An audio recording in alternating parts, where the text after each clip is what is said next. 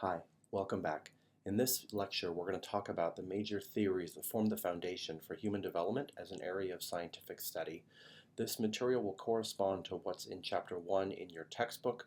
That Chapter 1 link is also found in Unit 1 on Blackboard. So human development really has formed as an area of study pretty recently. So in the last 50 years or so, really human development has come out as an area of scientific study. And it really has taken information from a huge variety of areas, including psychology, biology, philosophy, and many other areas of research. So let's go ahead and get started.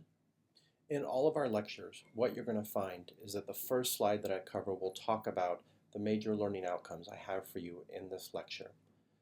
Today, these will include describing the fundamental issues of human development, creating a model that helps to describe the stages of human development, and lastly, reviewing the major theories and research methods that are relevant for human development. Let's go ahead and get started by talking about the fundamental issues that are critical for people that study human development. Human development really consists of three major areas that define it. First, people that study human development examine how and why people change over time. They want to know how is it that someone goes from being an infant who's barely able to talk or feed themselves, that can't move at all, to a fully functioning adult. We also want to know how and why people are both unique and similar. In what ways do people change in similar patterns over time? Why do many babies in the US tend to walk around a year of age, for example? And in what cases are infants or humans different from one another, and what makes that happen, right? What makes us unique? For example, why is it that babies in other cultures sometimes don't walk until as late as 24 months of age? And does that have any long-lasting effects on their motor development, for example? Really, human development is a multidisciplinary science. As I said just a few minutes ago, that human development as a field of study really has only evolved in the last 50 or so years. Before that, it was sort of a disparate set of various sciences. People were studying human development in biology and in ethology, the study of how animals behave. They were studying development in psychology. Freud, you may be familiar with Sigmund Freud, proposed multiple theories about how humans develop early in life and how that affects their later psychological development. But it really was all those fields coalescing and really focusing on change over time or development that really led to the defining human development as a field separate from other fields. In general, there are three reoccurring questions that happen in the study of human development. First, and this one you've probably heard about because it's probably the one that's most commonly talked about outside of human development, which is this idea of nature and nurture, right? What makes us who we are? Are we fully functioning human adults because of the genes and other biological material we've inherited from our parents? That's sort of the nature side. Or are we the way we are because we've been nurtured that way? The environment, both chemicals we've been exposed to, early experiences we had, how much encouragement we got from parents, to radiation you were exposed to as an adult, any number of environmental factors, right? Does that make you who you are? And again, that's sort of the nurture side of it. So we will talk about throughout this course the combination of how really it's both of those things that's important. It both starts with the biological foundations like genes, but it also includes, right, those genes interact with the environment you're exposed to, right?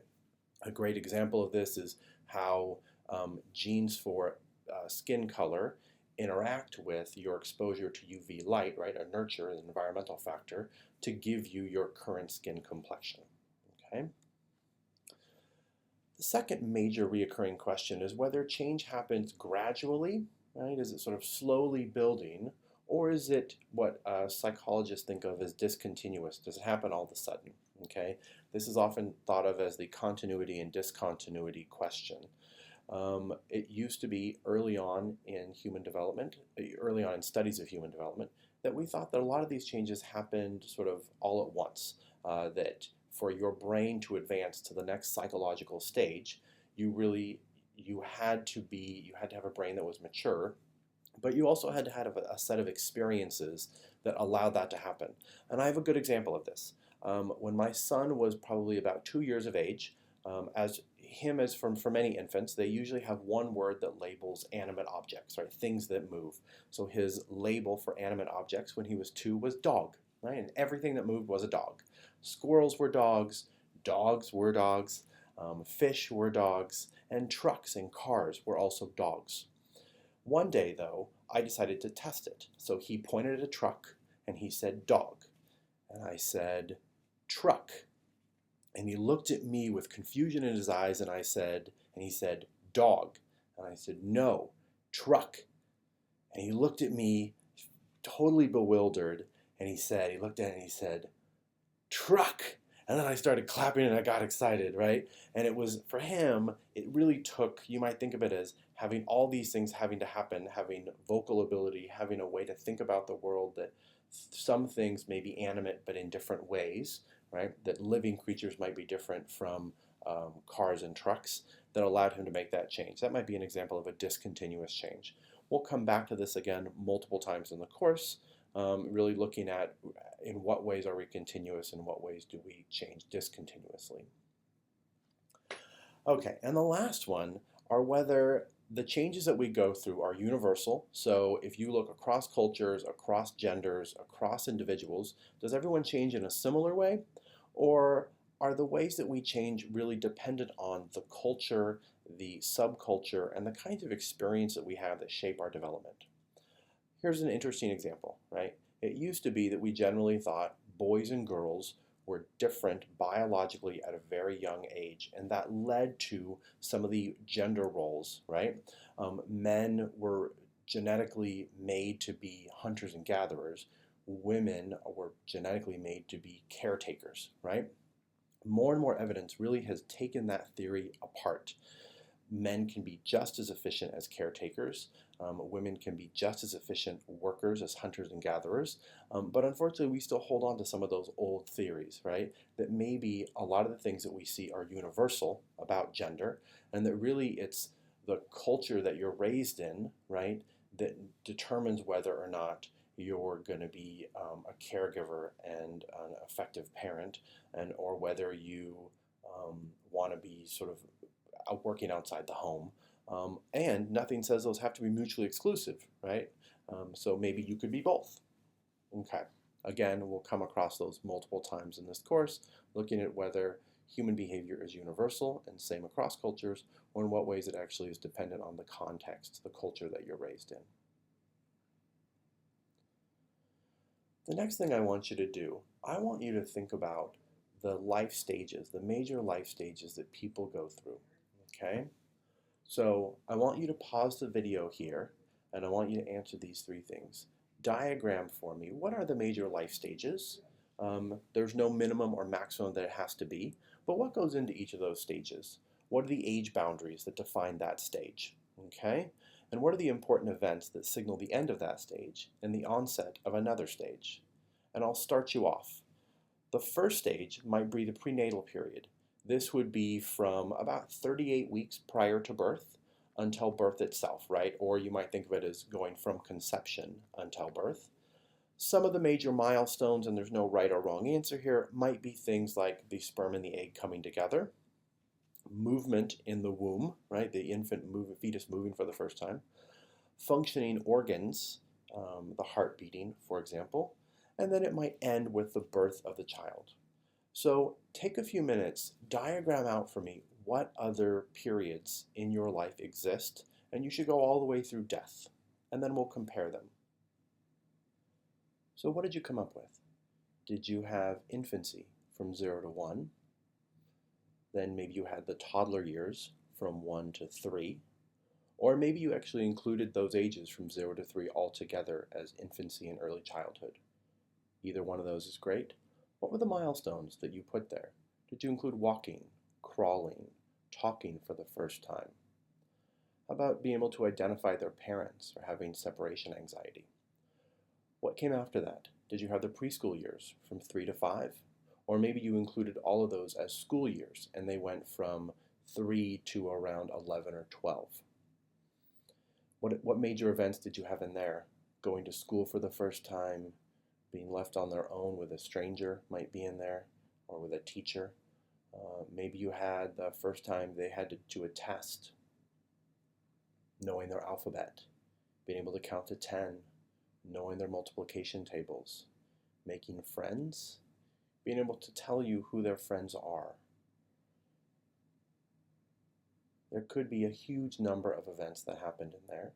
Then you might have adolescence, or maybe you divided it up into multiple stages where you had pre-adolescence, and then you had adolescence itself, maybe ending somewhere between 18 to 20. What are the major life stages you had there? I'm sure you had graduation from high school, I'm sure you had puberty, learning to drive, maybe you had moving out of their parents' house, or going to college, or getting a full-time job. What comes after that? Early adulthood? What are the major events that define that? What about middle adulthood? Late adulthood? During this course, we're going to talk about all of those major milestones. We're going to talk about what makes them milestones, and we'll probably include some that you didn't even talk about. For now, let's shift to talk a little bit about the research methods and the theories that help to form the foundation for human development. So first, I realize that some of you don't necessarily think of this as a science class, but really all sciences, whether they're social sciences, life sciences, physical sciences, rely on theories to help them advance. Theories are really defined as an organized set of ideas that help to explain observations in the real world. Right? They should help us to make sense of the things we perceive around us. They are essential for developing predictions about people's behavior. Right? We want to know, how do we know whether or not an adolescent is going to rebel against their parents? What kinds of things make rebellion more likely? What kinds of things help children relax when they're infants? Right? What can parents do to help nurture and soothe their infants? I bet you probably have ideas about what's most effective. Next, those predictions should result in research data that helps to either support or clarify that theory. There are many theories that we used to have that we no longer follow because data did not support them. A great example is Sigmund Freud's theory about the Oedipus complex. Sigmund Freud believed that males are jealous of their father and want the attention of their mother, just like the story of Oedipus Rex. If you're not familiar with the story of Oedipus Rex, please go to Wikipedia and look it up. It is dark and twisted, as you might hope. So Freud believed that in fact this Oedipus complex was happening in human males at a very unconscious level. So they're not aware that this is happening, but that they want the attention and support of their mother, and they want to drive out their father.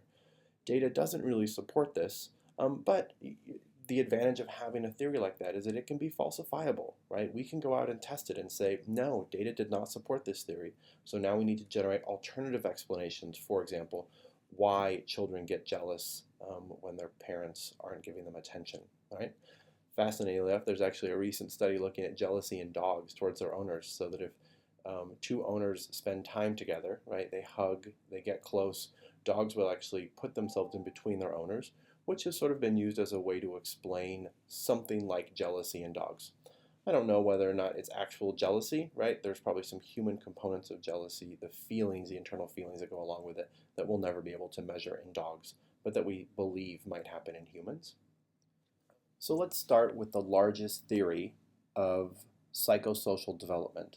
Erik Erikson was a psychologist working in the 1950s who proposed that changes happen throughout the lifespan in humans. Most theories before Erik Erikson's had suggested that most of the important changes that happen psychologically stop by adolescence. Freud and most other people who worked on human development believed that all the important things that happen to you happen in the first 10 to 11 years of your life. More and more with work by Erikson and others, we recognize that there are important changes that happen throughout your lifespan, which has really been a huge change in the field and really drove human development to become a field of its own. Erikson proposed these 8 stages. I'll let you read more about them in the book, and we will actually hit them in multiple chapters throughout the course. This should be your general framework for how you think about a lot of the things that we talk about when it comes to psychosocial development, so psychological and social development in kids. From birth to 1 year of age, Erikson believed that first infants determine whether or not they can trust their parents. When they cry, are their parents going to come and get them? Otherwise, they become fearful and mistrustful, and they worry that their parents are always going to leave them. Erikson's theory has been supported by data that shows that parents who let their children cry it out actually become anxious in adult relationships. They're scared their partner's going to leave them. They're worried that their partner doesn't love them. More and more data, actually, starting in the 1960s, has shown that parents who are nurturing and supportive and pick up their children when they cry get infants who are more well-adjusted as adults. Then, from 1 to 3 years of age, Erikson proposed that children are really learning whether they can do things on their own, or do they have to worry or feel shameful that they're not going to be successful. So this is where children try things on their own and see if they can succeed. My daughter, for example, loves to pour her own milk in her cereal when she was really young. There were 2 ways I could have handled this. I could have either told her, no, you're going to make a big mess if you do that, or I let her pour.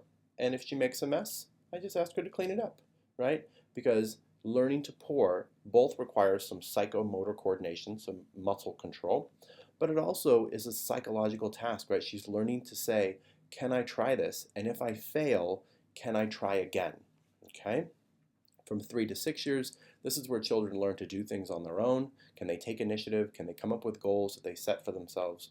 Can they be independent from their parents? Then at 6 years of age, it's whether or not they can work on tasks and be a gainful member of society. That's the industry stage from 6 years till adolescence, right? This is where kids start working a lot on homework. They start to participate more with others, or are they not as good as others, right? So lots of self-esteem issues start to develop at this age, according to Erikson.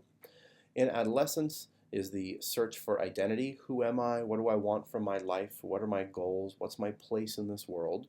Versus identity confusion, right? Not knowing what you want to do, being stuck, or an identity moratorium, as we'll talk about later. In young adulthood, it's the search for intimacy in personal relationships. In middle adulthood, it's whether or not you've generated something that's lasting in the world. Do you had a lasting impact with your family or at your job or in other parts of your community that you participate in? In late life is the idea to bring everything together. Have you wrapped up your life? This ego integrity stage is, can you make sense of all the things you've done in your life? Are there any regrets you have? And if you have regrets, how do you go about fixing those regrets? Or are you sad and despairing because you don't really see anything that came out of your life? Again, we'll talk about all these stages in more detail in the next 17 weeks. Another theory that some of you who've taken Psych 1 have probably heard about is operant conditioning. This forms part of what we call learning theory. Operant conditioning suggests that the consequences that determine your behavior will cause that behavior to be repeated or not. So if I reinforce your behavior, right, if I give you hugs or praise or candy whenever you do something that I want, then that's going to increase that behavior. So every time my daughter cleans her room, she gets a star, she gets some allowance, and she gets lots of cheering. That hopefully will help her to learn to clean her room even after she moves out, without needing me to come and give her money or cheers or gold stars. Think about whether you still clean your room. But there's also punishment, right? Punishment should, according to the theory, be used to decrease a behavior. So when my children misbehave, I duct tape them to the wall. That'll teach them. No, I don't actually. Please don't report me. This is not my child. This is just a picture from the internet.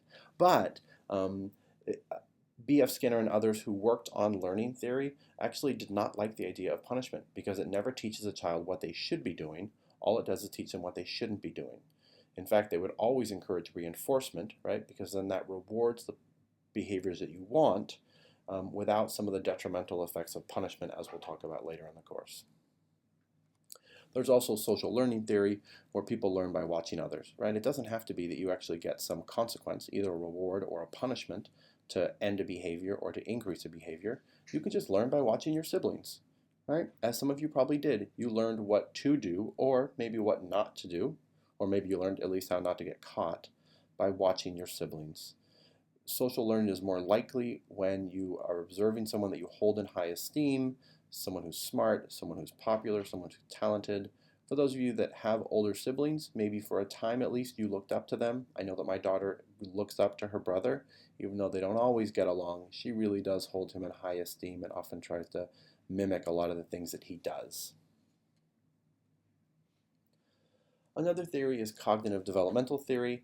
In cognitive-developmental theory, these really stress the development of thought processes in children.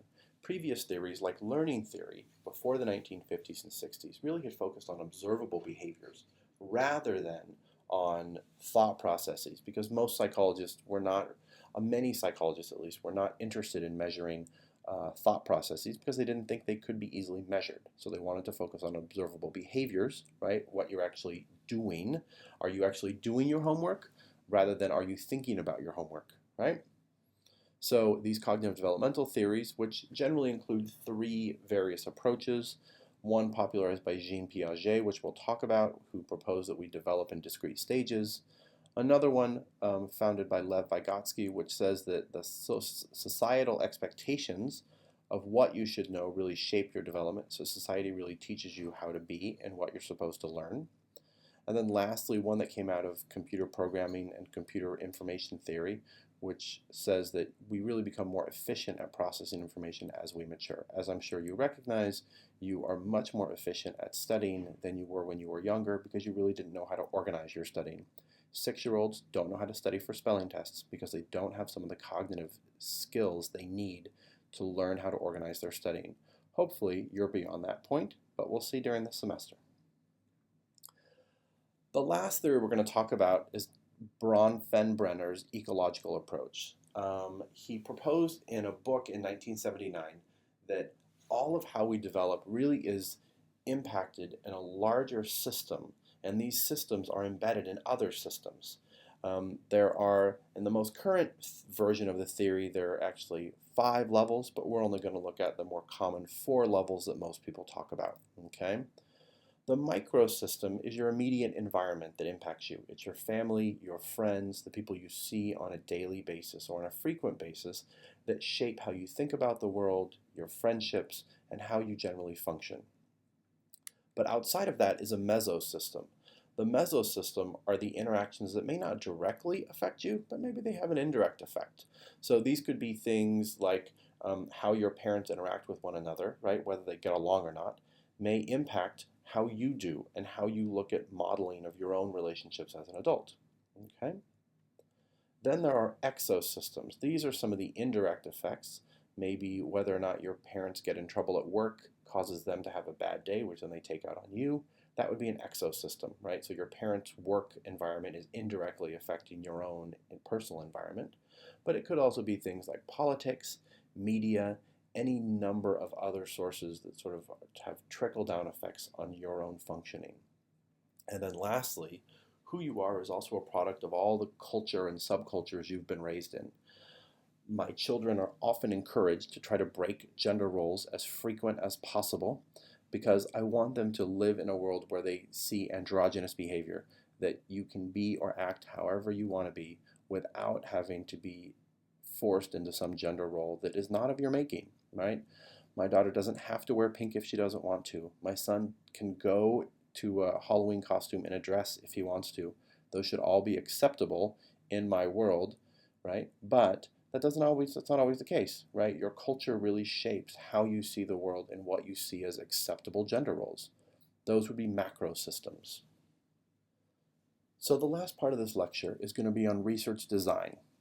There are a few things we're going to talk about. I know that for some of you this is probably a new area, so we'll spend a little bit of time talking about this. Let's start by talking about non-experimental, or what are sometimes called correlational studies. Non-experimental or correlational studies measure how 2 variables relate to one another. Knowing how these studies happen will be important for you being able to read scientific findings that you find in newspaper articles and other sources and trying to make sense of them. There are 2 kinds of correlations that you might find in non-experimental studies. There are positive correlations. These happen when 2 variables change in the same direction. So for example, we know that your score on an SAT test, maybe you took an SAT test, is positively correlated, right? As your SAT score goes up, it's positively correlated with your GPA, right? So people that tend to get higher SAT scores also tend to have higher GPAs. But there's also a negative correlation. So negative correlations happen when variables change in opposite directions. For example, the more you drink the night before an exam, the lower your exam score, right? That might be a hypothetical negative correlation. The more alcohol you consume, the lower your exam score. They're going in opposite directions. In general, we measure correlations by using a correlation coefficient, sometimes labeled with a lowercase r. These correlation coefficients can range from 0. If it's 0, that means there's no correlation at all. The two variables do not change in any noticeable direction. But they can range all the way up to 1.0. So a 1.0 would say that those scores are more strongly predictive. So the higher the magnitude, the closer to 1, that shows you how much the scores on one variable predict the other variable's scores. Another example you might think of is the effect of hours of sunlight or amount of sunlight on your mood, right? So that might be a correlation that you think exists.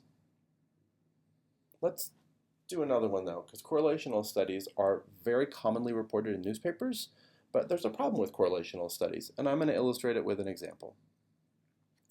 This is from Tyler Vigen's website and book looking at correlations. The problem with correlations is that just because you see that two variables are related does not mean that those two variables, that one causes a change in the other. Here's one example. This is the amount of U.S. spending on science, space, and technology going from 1999 here all the way through 2009. Okay, so U.S. spending going from $15 billion up to $30 billion on science, space, and technology. And then these are the number of suicides by hanging, strangulation, and suffocation, also between 1999 to 2009. What you can see here is that these variables are tightly connected, right? The more we spend on science and education, science, space, and technology, the more suicides. The correlation, actually, the R is 0.99. That's as close to 1, almost as close to 1 as you could get. This doesn't mean, though, that we should stop spending money on science, space, and technology because it's causing more people to commit suicide, right? That would be a ridiculous correlation. As is the correlation between diet soda and heart attack risk, right? You might imagine, oh, diet beverages, they have chemicals in them that cause heart attacks. Except for there's an equally plausible alternative explanation. And I want you to always be thinking of alternative explanations. So think about it for a second. Why would someone who consumes high amounts of diet sodas have a higher heart attack risk? Because maybe they're not just consuming high amounts of soda.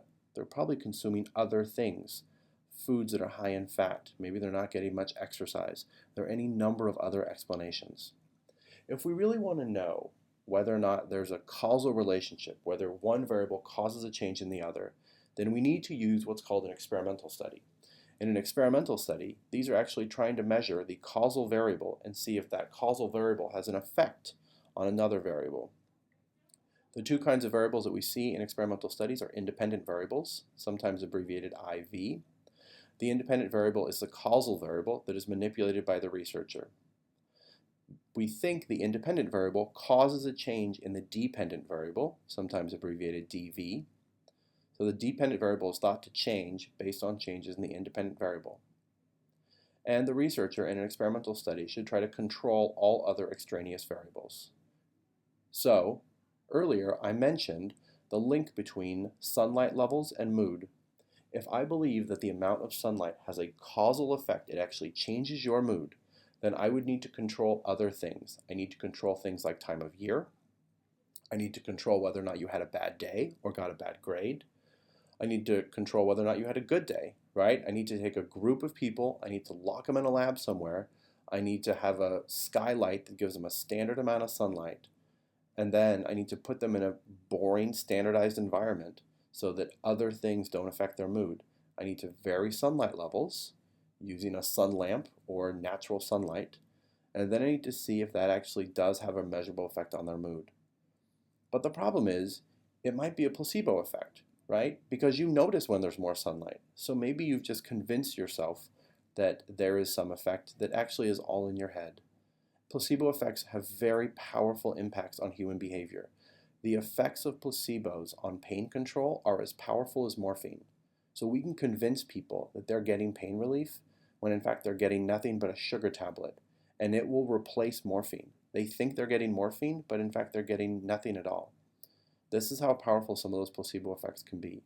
So be cautious about assuming causal relationships between variables without some sort of experimental study. Another kind of study that you'll see in lifespan development are cross-sectional studies, right? If we're going to measure development, we want to know whether or not people change over time. Well, the easiest way to do that, the cheapest way to do that, is with a cross-sectional study. This is where we take multiple groups of people at different ages, and at one time we measure all of them. In the example that you'll see here, I want to know whether or not there are effects of September 11th, 2001 on babies who are living in New York City. So I'm going to take two groups in 2010. I'm going to measure them. I'm going to measure babies who were 10 years old in 2010. And then I'm going to measure babies who are 4 years old who were not exposed to the September 11th, 2001 attacks.